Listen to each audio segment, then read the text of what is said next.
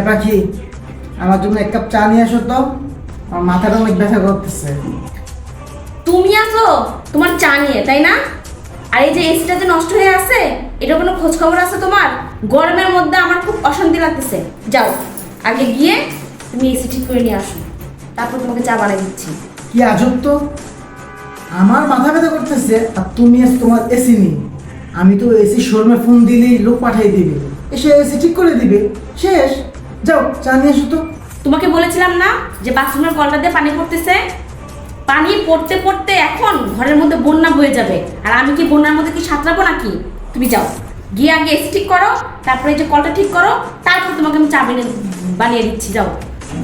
আরে বাবা, বলছি তো মেকানিক ফোন দিয়ে আনতেছি, ও এসে কল ঠিক করে দিবে, এসি ঠিক করে দিবে, হয়েছে তো। যাও, মাথা ব্যথা করতেছে, চাটা নিয়ে আসো। আচ্ছা ঠিক আছে, তুমি দাঁড়াও, আমি চা আনতে যাচ্ছি। এই দাঁড়া তো, এত বড় এটা কি? চাদর দিয়ে আবার ঢেকে রাখছো? হ্যাঁ, কি এটা? আসলে ওই আমি তোমাকে বলেছিলাম না যে আমি একটা কার্পেট অর্ডার করেছি, ওই কার্পেটটা আজকে এসেছে। কিন্তু জানো ওই কার্পেটটার কালারটা না আমার পছন্দ হয় নাই, তাই আমি এটা আবার রিটার্ন করব। এই জন্য এই চাদরটা ঢেকে রাখছি যাতে করে ময়লা না ভরে। তোমার না এটা একটা বাজে অভ্যাস। কদিন পর পর অনলাইনে অর্ডার করো আর নিয়ে আসো, পছন্দ না হলে আবার ফেরত দিয়ে দাও। কাল লস হয় তুমি জানো?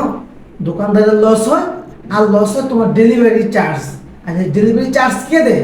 আমি দিই, আমার পকেটের টাকা নষ্ট হয়। তুমি তো বোঝো না। যাও চা নিয়ে আসো। এই এই এটা কি? এটা লড়তেছে কেন? হ্যাঁ, এটা পার্সেল না অন্য কিছু? হ্যাঁ, আরে এ কে? এটা জলজন্ত একটা মানুষ। এই ছেলেটা কে? হ্যাঁ, আসলে কি ও যে সার্কাসের জোকার। হ্যাঁ হ্যাঁ হ্যাঁ, ও ও আছে না সার্কাসের জোকার। হ্যাঁ হ্যাঁ হ্যাঁ, আমি সার্কাসের জোকার। ভাবি, সার্কাস দেখানো শেষ, আমার টাকাগুলো দেন, আমি চলে যাই। এই কি বললি? তুই সার্কাসের জোকার? তুই সার্কাসের জোকারের মতোই তোরে দেখতে। শোন, তোর আমি আজকে এমন পিটাবো না, সার্কাসের বানরগুলা যেভাবে লাফায় তুই আজকে ওইভাবে লাফাবি। একদম চুপ সোজা হয়ে দাঁড়ায় থাকে এখানে, কোনো লড়াচড়া করবি না। এই পাখি, এই ছেলেটা কে? আমাকে সত্যি করে বলো, বলো। ও আসলে ও হলো,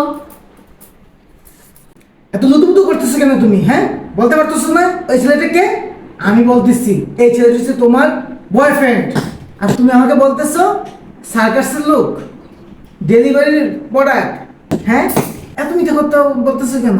এত মিথ্যা কথা বলার কি দরকার ছিল? হ্যাঁ, পার্সেলের কথা বলে নিজের বয়ফ্রেন্ডকে বাসায় নিয়ে আসো। এগুলো কতদিন যাবত চলতেছে? আমি যখন বাসায় না থাকি, অফিসে থাকি, তখন তুমি এইভাবে তোমার বয়ফ্রেন্ডকে নিয়ে আসো। হ্যাঁ, কবে থেকে এগুলো চলতেছে? বলো, কবে থেকে এগুলো চলতেছে? সি সি সি, তুমি কিভাবে বলো এই কাজ করতে? হ্যাঁ, তোমার জন্য আমি সারাটা দিন কষ্ট করি, তোমাকে ভালো রাখার জন্য কষ্ট করি, আর সেই তুমি আমার অবর্তমানে অন্য লোকের সাথে তুমি কথা বলো। ওই আমি তো তোমাকে কোনো কষ্ট দিতেছি না। হ্যাঁ, আমি তো আমার সুখের জন্য কোনো কিছু করতেছি না। তোমার কি একটু মনটা কাটলো না? আমার ভুল হয়ে গেছে, আমাকে তুমি ক্ষমা করে দাও।